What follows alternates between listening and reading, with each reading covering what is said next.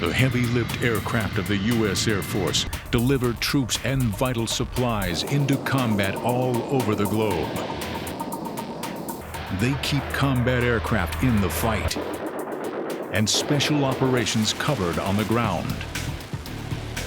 From combat supplies to the Commander-in-Chief, when time counts, the muscle of the U.S. Air Fleet flies them there.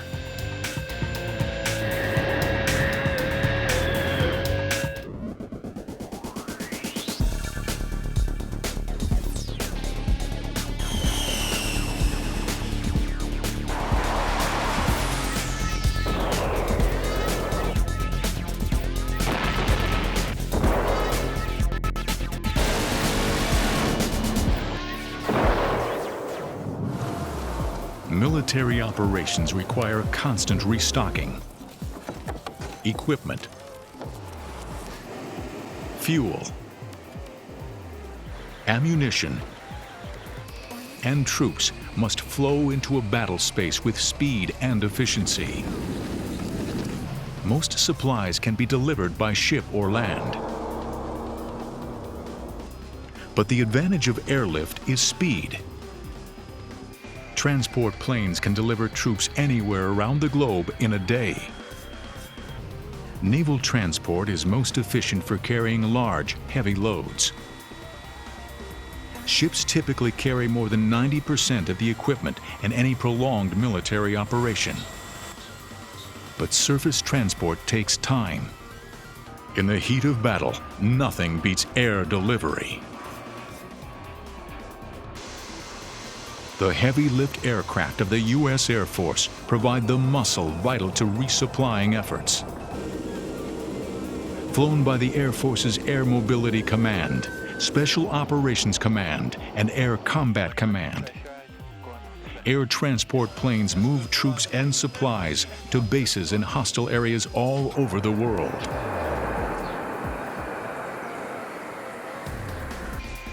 In wartime, these aircraft drop paratroopers and hardware into battle and supply close air support to forces on the ground. Three massive planes share the combat support workload for the U.S. Air Force. The C-130 Hercules, the C-17 Globemaster III, and the C-5 Galaxy.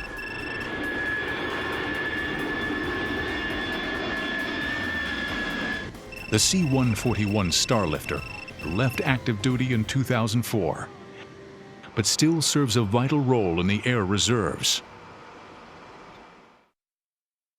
At 247 feet in length, with a wingspan of 223 feet, the Lockheed Martin C-5 Galaxy is the largest plane in the U.S. Air Force. For a time, it was the largest in the world. Its four massive General Electric TF-39 engines give the huge plane enough power to reach a top speed of 518 miles per hour. The Galaxy can carry a payload of about 130 tons. It was developed to carry off-size military cargo, including helicopters, tanks, and other vehicles. It has the size and power to carry 6 Apache helicopters or 10 light armored vehicles. Above the main cargo hold, the C-5 has 2 areas for passengers. A small compartment behind the cockpit can accommodate a relief crew. A compartment at the base of the tail has space for 75 more. To load its vast cargo hold, its giant clamshell nose swings open.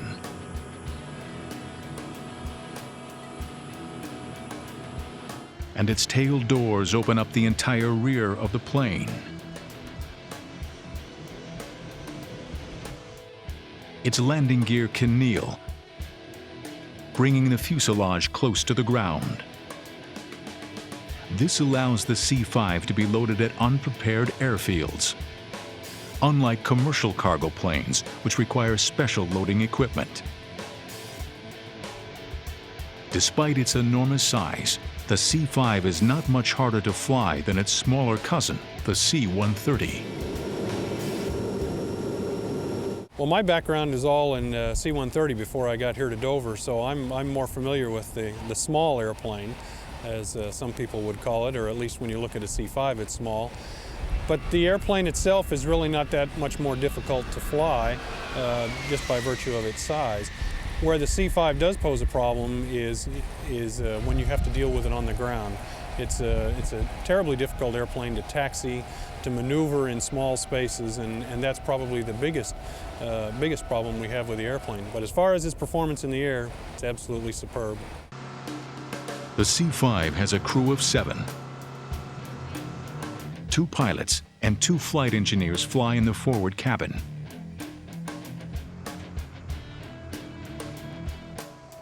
Three loadmasters are responsible for overseeing the loading, unloading,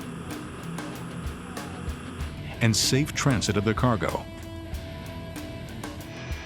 The C-5's closest civilian counterpart is the Boeing 747. Well, 747s and DC-8s and DC-10s that are cargo-capable airplanes can carry a lot of cargo, and they're important to what we do. But they can only carry cargo that fits on pallets. And unfortunately, a lot of the military equipment that we have today, especially in the Army, is bigger than what can fit on a pallet. It's wider than that.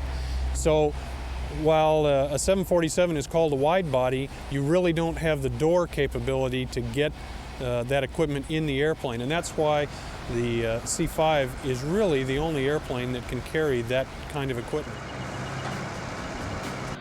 The only other military transporters that compare to the C-5 Galaxy are the Russian AN-124 Condor and its enlarged version, the AN-225 Cossack, the largest aircraft in the world. Its maximum takeoff weight of 700 tons is almost double the C-5's, and borrows its clamshell door in the nose to load the biggest airlift-capable cargo. Like the C-5, it has a mammoth landing gear array to support its enormous bulk.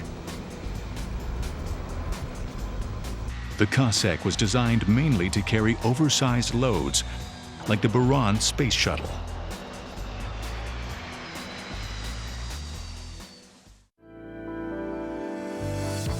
Deployed since 1995, the Boeing C-17 Globemaster III is the latest addition to the AirMobility fleet, and second in size only to the C-5. It was made to be the most versatile cargo plane in the Air Force inventory. Because its design allows it to take off and land on runways as short as 3,500 feet and 90 feet wide, the Globemaster can rapidly deliver and extract troops and all types of outsized cargo to forward bases. With a crew of only 3, a pilot, co-pilot, and loadmaster, the rugged C-17 can drop 102 paratroopers and their equipment into the battle zone. The C-17 was fully realized when its original McDonnell Douglas design was modified to include swept wings, more powerful engines, and greater size. Now it can carry virtually all the Army's air mobile equipment.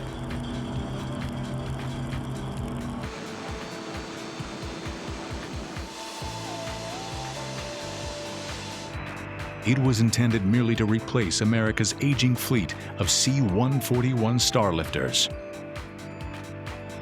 But the C-17 has exceeded expectations and broadened the range of cargo missions the Air Force can fly.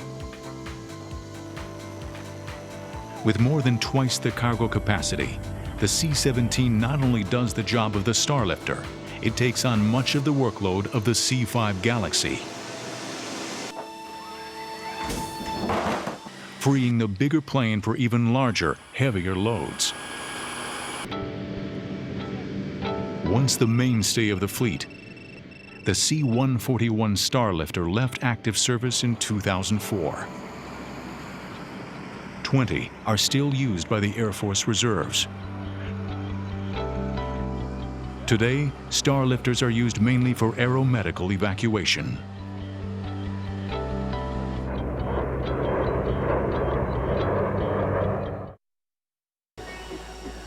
The smallest and oldest of the big three Air Force transport planes, the C-130 Hercules is also the most numerous and versatile. It's the primary tactical airlifter of the U.S. Air Force. It is the plane best suited for airdrop missions in hostile areas. Flown in various configurations by the Air Force's AirMobility Command, Special Operations Command, and Air Combat Command. The C-130 was made to operate in the toughest conditions, able to take off and land on nothing more than crude dirt airstrips. It can land up to 64 troops and their equipment on the battlefield, or drop them over it. Everything from a single container of ammunition to heavily armored vehicles can be dropped into battle with skillful flying, packing, and strong cargo parachutes. Special techniques have been developed to ensure the heavy loads land intact. For a Humvee, as like any other piece of equipment, we rig in different stages. The first stage is what we call prep, and all that really is making sure that the accompanying load is lashed inside the vehicle, that the windows are taped up, that honeycomb was put, which is a material made to protect the vehicle, is put all over it, and any kind of spots that has been designated to be put on that. Then the second step is the actual rigging portion. That's where we move it inside the shop, we put it on a platform, put on the parachutes, the extraction systems, and all the other components that make up a heavy drop load.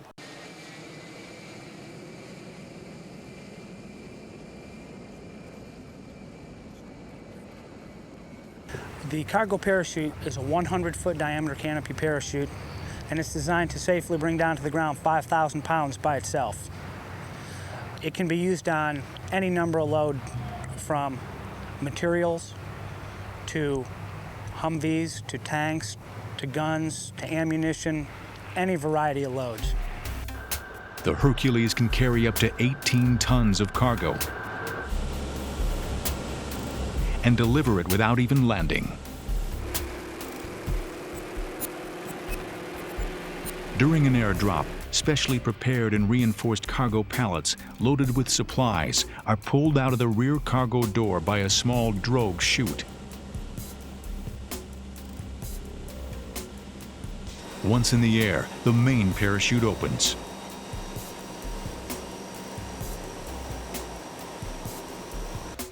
Cargo can also be dropped and accurately placed using a new method called Joint Precision Airdrop System, or JPADS. JPADS allow cargo planes to maintain higher altitudes when dropping cargo over hostile areas. The system uses a parachute much like a skydiver's and a global positioning system receiver to steer it. The cargo pallet is pulled from the plane and steered using GPS. When in the right position for the most accurate placement on the battlefield, the steering chute is disengaged and the cargo floats to the ground on traditional cargo parachutes.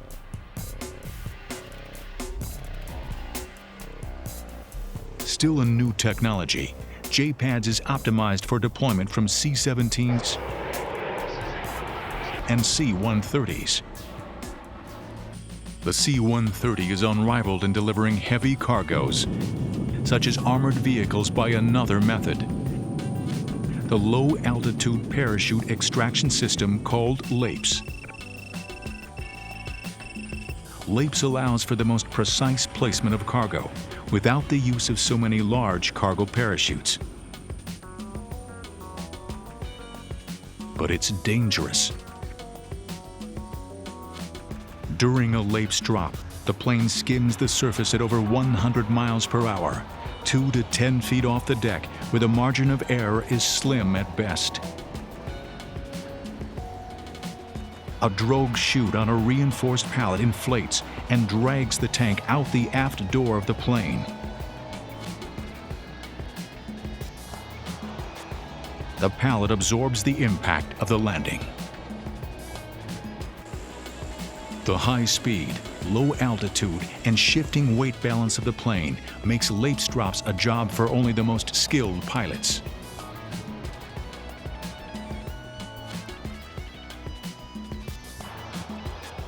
Since 1956, the C-130 has been delivering the essential resources that fighting forces need on the ground. It also brings what other planes need to stay in the sky. The U.S. Air Force and the U.S. Marine Corps fly multitasking variants of the Hercules, like the KC-130J tactical tanker. Are they doing more than we are in that way? Equipped with underwing pods for the aerial refueling of its jets and helicopters. The pods trail fuel lines with stabilizing drogues. The receiver aircraft follow behind the tanker and wait their turn. Refueling probes extended and ready. All this is done. He said if I need a part, I can ask the Brits and they'll get it to me in England. Let's go. The fuel pods can pump 300 gallons of fuel per minute simultaneously while carrying a full cargo load. The C-130 can bring almost any essential asset to bear in an area of conflict. But when close support is needed during special combat operations, it delivers more than cargo.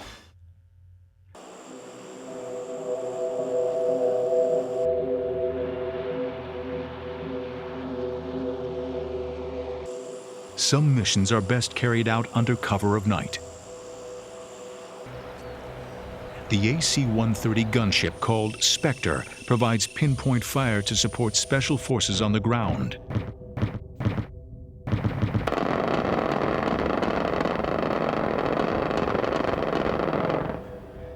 The Spectre carries a crew of 14, more than any other attack aircraft.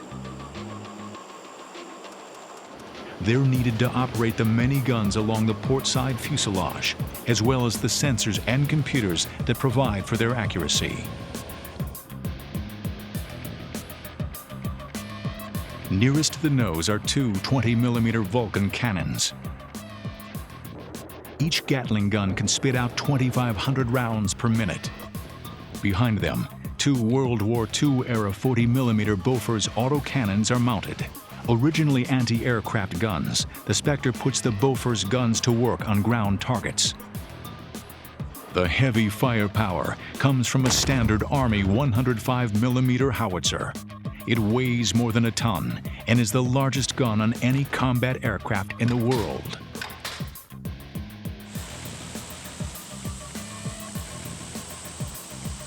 The Spectre relies on a pair of night vision sensors to aim its weapons. A low-level television camera lets the plane operate in moonlight. An infrared camera that sees heat instead of light lets the Spectre conduct missions even in complete darkness. These sensors are tied to the guns through the AC-130's fire control system and allows them to aim and fire with pinpoint precision. But technology alone doesn't account for the Spectre's accuracy. The AC-130 circles its target in a pylon turn, all the weapons along its portside fuselage pointed at the ground. The target at the center point of the turn remains fixed and is fed into the fire control computers. Technology and tactics contribute equally to the accuracy of the Spectre. Combat missions have repeatedly demonstrated the value of the Spectre. When the proximity of civilians or friendly forces rules out ordinary bombing attacks, Spectre gunships are ideal.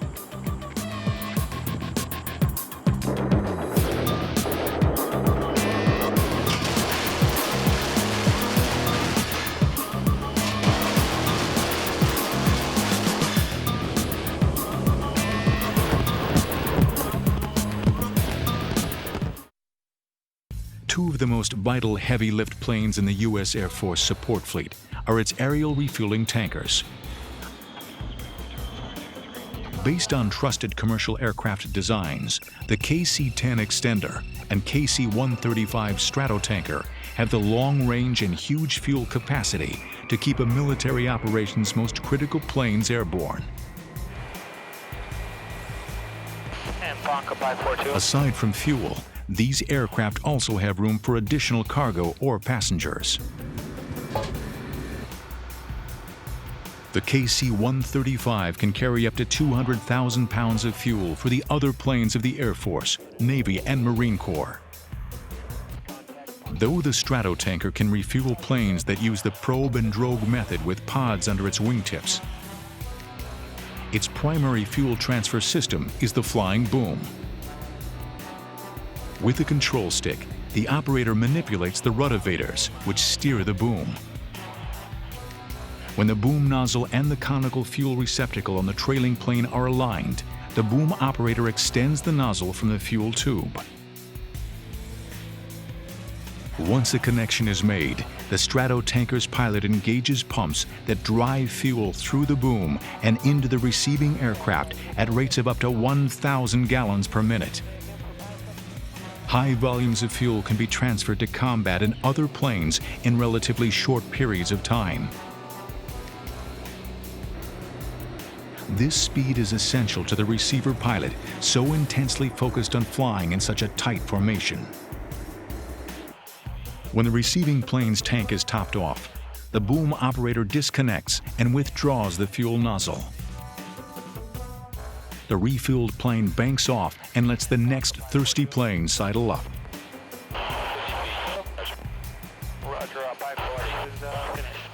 Perhaps the most important cargo carried by the heavy lifters of the U.S. Air Force is human. The AirMobility Command uses highly specialized and modified civilian aircraft to transport generals and diplomats around the globe. The C-40B is designed to be an office in the sky for senior military and government leaders, including members of Congress and the President's cabinet.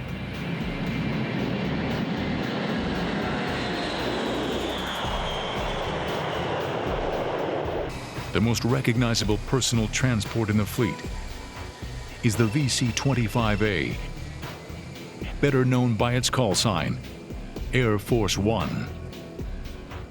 Technically, any Air Force plane carrying the President of the United States is Air Force One, but the term commonly refers to the two VC-25As maintained for the exclusive use of the President.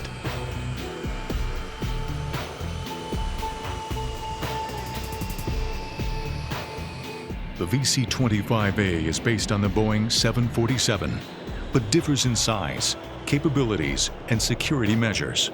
It has everything the President needs to live and work at Mach 0.92. If conditions on the ground dictate, Air Force One becomes a military command center, able to stay airborne indefinitely with aerial refueling. All the plane's wiring is covered with heavy shielding to protect against the electromagnetic pulses of a nuclear attack. Air Force One also has electronic countermeasures to jam enemy radar and flares to thwart heat-seeking missiles. From the massive C-5 to the hardy Hercules and its many variants, whether delivering troops, fuel, firepower, carrying cargo, or presidents, the heavy-lift aircraft of the U.S. Air Force are essential in performing a wide array of cargo and combat missions. Without them, any war or peacetime military operation would be lost.